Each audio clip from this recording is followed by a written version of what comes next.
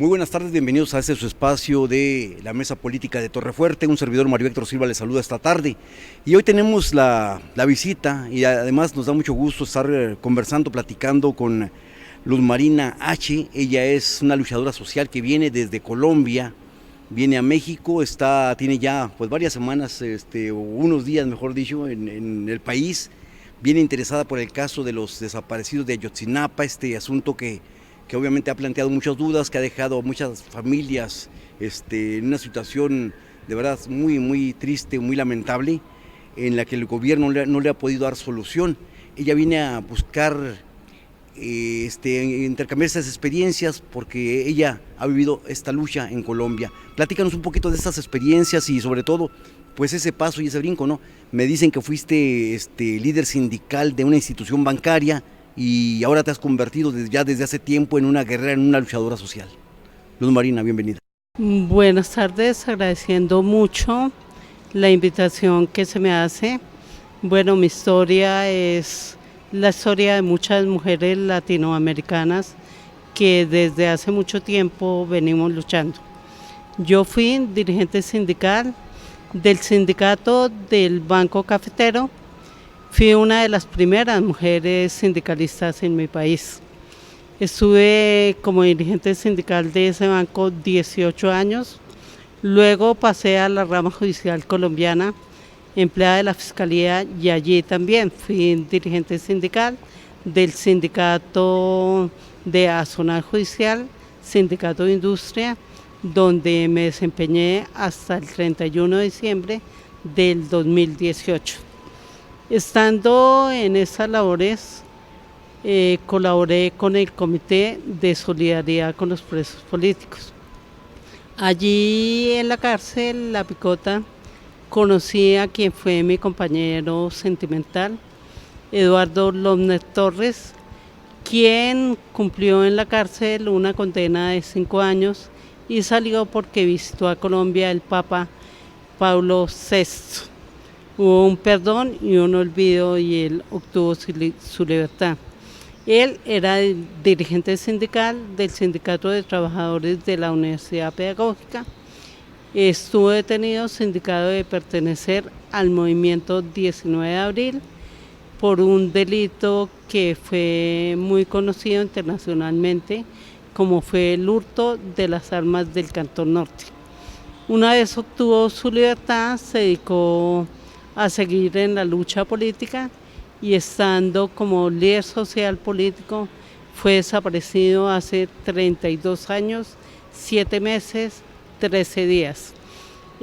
Yo inicialmente no me dediqué de inmediato a la búsqueda de él porque le hice una promesa que la realicé el 26 de septiembre de 1986. ¿Y cuál era esa promesa? Ese día fue una marcha majestuosa donde los trabajadores colombianos conmemorábamos la creación de la Central Unitaria de Trabajadores. Yo venía acompañando los familiares de ASFAES, de desaparición forzada. ASFAES es la primera asociación de familiares existente en Colombia. Él me mandó una razón con un niño de la calle, que él estaba en la marcha. Me encontré con él en la Plaza de Bolívar, que es el Zócalo colombiano en Bogotá. Me fui a tomar un tinto con él y me dijo: hoy vi los olas que están las compitas familiares de los desaparecidos. Prométeme que si a mí me llegan a desaparecer, tú no andarás con mi foto mostrando tus llagas a nuestro enemigo. A mí me causó risa inicialmente. Le dije: ¿a usted que lo van a desaparecer? ¿Le harán un tiro? No lo irán a desaparecer. Y él insistió y me dijo: no, prométeme. Y yo efectivamente le prometí que no sacaría su foto. ¿Pero rompiste esa promesa? Bueno, estoy viendo la fotografía. Sí, rompí esa promesa cuando él tenía 14 años de desaparecido. Por la situación política de Colombia, sufrí un atentado por parte de los paramilitares, lo que me obligó a estar fuera del país 2 años.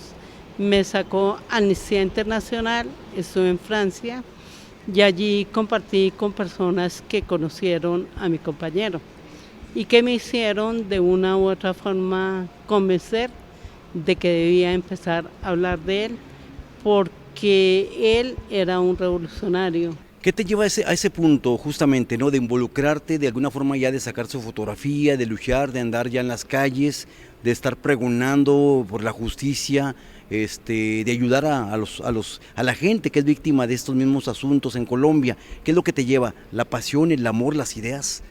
¿Qué es? Me llevaron a eso el amor que siento todavía por mi compañero y también la convicción de sus ideas, porque sus ideas de una u otra forma son las ideas que yo llevo y es que haya una justicia social donde todos los hombres seamos hermanos, donde no haya exclusiones sociales y donde todos tengamos derecho a tener solucionadas nuestras necesidades mínimas.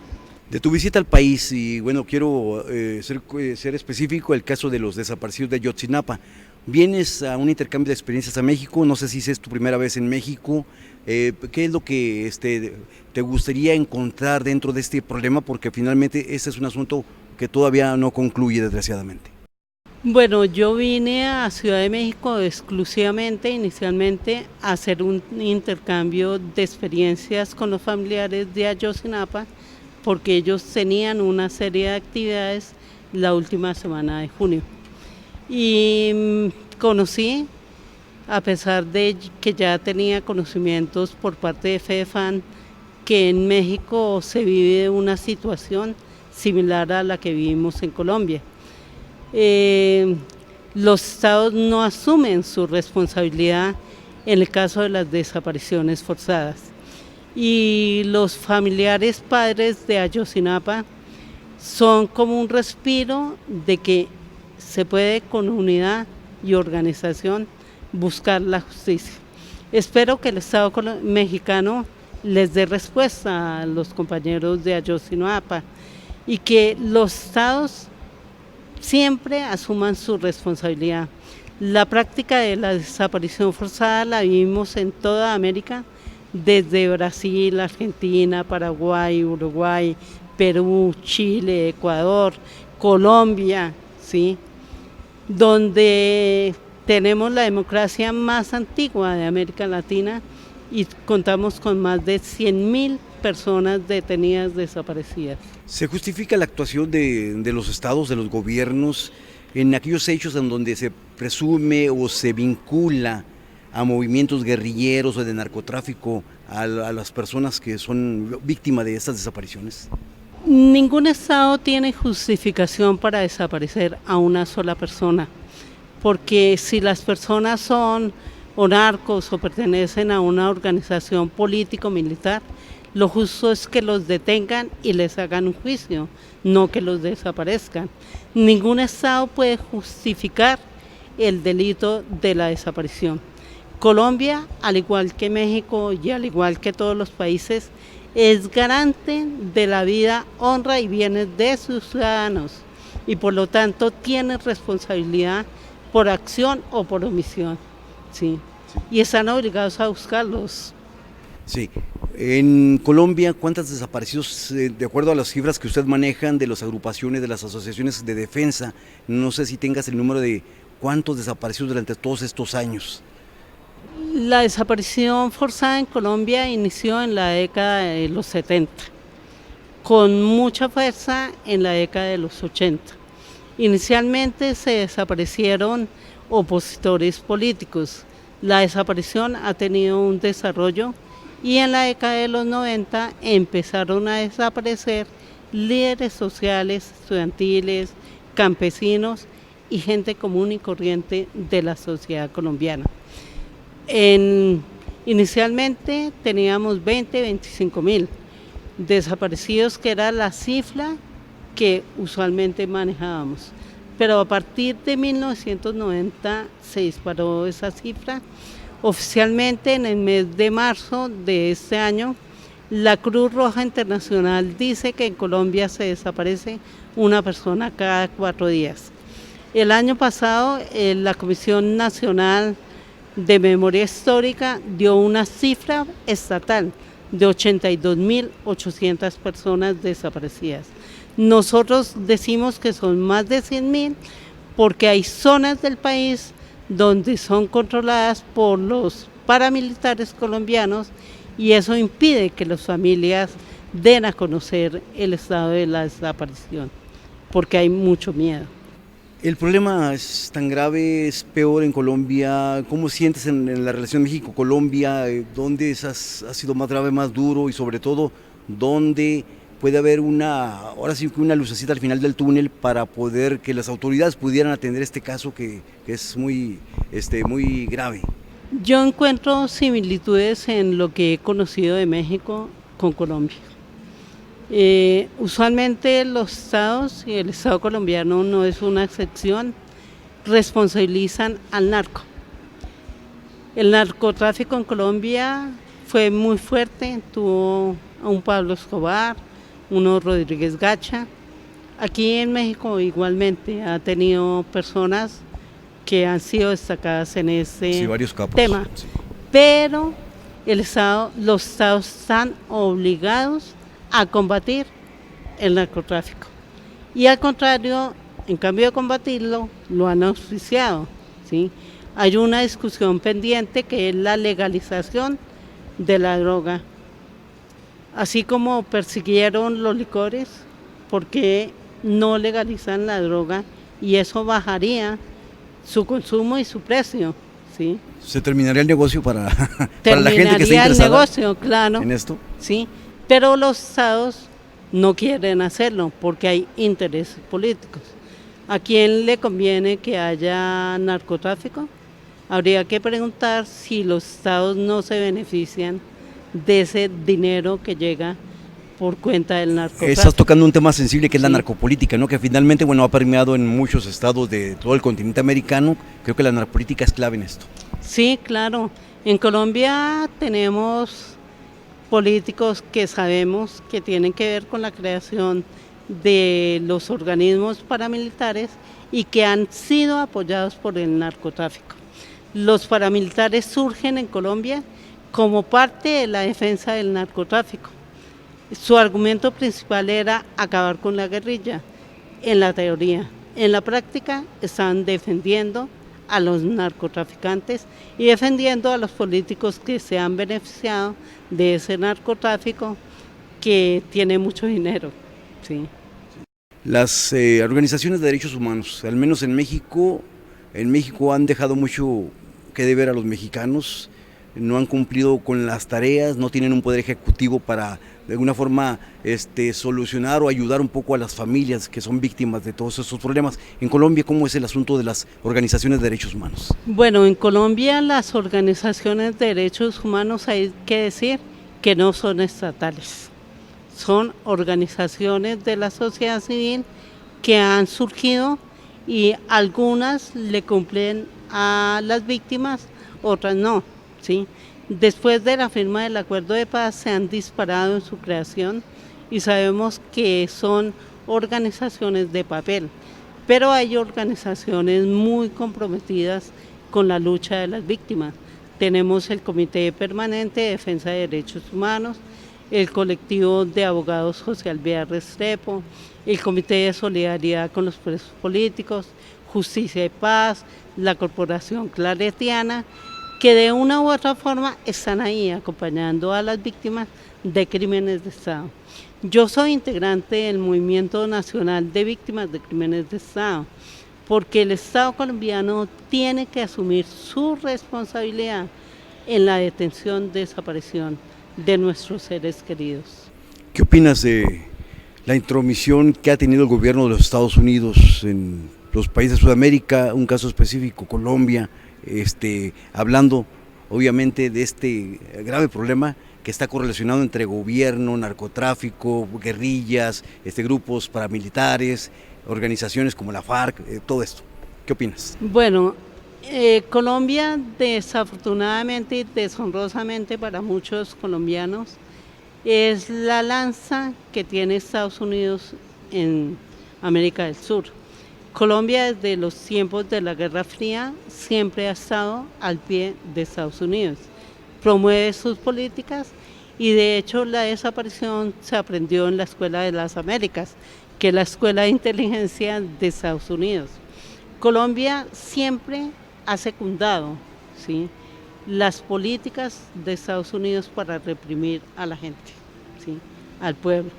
Y por eso hay opositores políticos que no compartimos que el gobierno colombiano renuncie a ser soberano y termine arrodillándosele a Estados Unidos. Ese ejemplo Maduro, digo, hablando obviamente del gobierno vecino, en Venezuela, de una coyuntura para poder tener una mejor vida, una mejor calidad de vida, tener libertades, tener inclusive pues una situación más económica mejor para los habitantes de aquella región. Bueno, Colombia ha cumplido un papel fundamental en las contradicciones que hay en Venezuela. Sin embargo, para los colombianos es lo más fácil, es mirar a otro país y solucionar e intrometernos en un país donde pasa lo mismo que pasa en Colombia. En Colombia se mueren los niños de hambre, ¿sí? No hay agua potable en regiones del país. A pesar de que somos un país rico, la pobreza en Colombia es del 80% de habitantes que viven en condiciones paupérrimas. Hay mucho latifundio que fue incrementado por el presidente Álvaro Uribe Vélez, ¿sí?, que se conoce como una de las personas que más desarrolló el paramilitarismo en Colombia y que tiene que ver con la responsabilidad de asesinatos y desapariciones. Existían, lógicamente, los contradictores políticos, unos legales, otros al margen de la ley, como son los organismos armados. Con ellos firmó el presidente Santos en el 2016 la paz, una paz que ha venido siendo incumplida, ¿sí?, porque tenemos desde la firma del acuerdo de paz hasta el día de hoy 745 líderes sociales asesinados y 139 excombatientes asesinados. ¿Qué quiere decir eso? Que estamos repitiendo la historia de los años 80, cuando vivimos lo de la UP, donde a la gente la masacraron y empezaron así, graneaditos, hasta que el mundo entero se enteró. ¿Desmitificas el hecho de que el presidente Álvaro Uribe haya aportado lo necesario para darle condiciones de seguridad a Colombia? Vaya, se vendió mucho esa idea, se presumió mucho en sus tiempos, inclusive ha sido parte de un modelo que nos han exportado a México. Pues ojalá no sea un modelo que siga México, porque la experiencia que tuvimos los colombianos fue nefasta. Fue una persona que persiguió al movimiento social, ¿sí?, que encarceló muchos dirigentes, que asesinó a la gente que declaraba contra él y que se volvió de la noche a la mañana en dueño de más de la mitad del país. Hoy Álvaro Uribe es uno de los terratenientes que tiene Colombia, a costa del desplazamiento de 7.400.000 colombianos que tuvieron un desplazamiento interno, gracias a las masacres que hubo, masacre del Aro, masacre de Ituango. Hay masacres que son muy terribles y Álvaro Uribe no hizo nada por detenerlas. Luz Marina, en la relación con el presidente Santos ha sido mejor, ha ido mejor, se han tenido diálogo con él, ¿qué les ha dicho en relación con esos problemas que se arrastran? Cuando estuvo Santos en el gobierno, la situación fue un poco mejor, porque él se la jugó al tema de la paz. El presidente que hay actualmente, que es Duque, lo consideramos que es un títere en manos de Uribe y que ha demostrado ser enemigo de la paz. El presidente Duque objetó la ley estatutaria de la JEP que es la Justicia Especial para la Paz, que a pesar de que la Corte Constitucional había revisado esa ley, él quiso que tal. Afortunadamente no pudo. Sin embargo, los 3 mecanismos que se crearon con el acuerdo de paz, que supuestamente tienen que ver con la paz de los colombianos, han sido atacados. Tenemos la Comisión de la Verdad, donde solamente se le dio 3 años a una comisión para que dé a conocer lo que pasó en el país durante los últimos 60 años. Pensamos que es muy poco tiempo y que no va a decir toda la verdad. La Justicia Especial para la Paz, conocida como la JEP, va a cumplir el papel de investigar solamente a las FARC, porque a la contraparte, que son los militares, el sector privado, los paramilitares, poco o nada irá a hacer. Y la unidad de búsqueda de personas dadas por desaparecidas es donde los familiares de desaparición tenemos puestas las esperanzas. Sin embargo, este año esa unidad tuvo una reducción del 70% de su presupuesto. Finalmente, Luz Marina, sin demérito de la lucha, del dolor que han vivido muchas familias en México, ¿Colombia tendría que aprenderle algo a México en relación con estas luchas sociales? Digo, por la cruda situación que ustedes han vivido durante décadas. Bueno, sí tenemos que aprender. Ustedes tuvieron una revolución que tuvo una reforma agraria. En Colombia no ha habido nunca una reforma agraria y creo y considero que se debe hacer porque la comida en Colombia empieza a escasear. ¿Y producto de qué? De que el campesino no tiene tierra para sembrar. Y la concentración económica en unas cuantas manos. Y la concentración en unos cuantos. Caramba, Luz Marina, gracias por estar esta tarde con nosotros, la verdad te agradecemos y bueno, esto ha sido la conclusión de esta pequeña charla con la luchadora colombiana Luz Marina H. Nosotros nos estaremos viendo y escuchando en otra edición más de la Mesa Política Torre Fuerte a través de Éxodo TV. Hasta entonces. Muchas gracias, somos semilla, somos memoria, somos el sol que renace ante la impunidad, somos el Movimiento Nacional de Víctimas de Crímenes de Estado.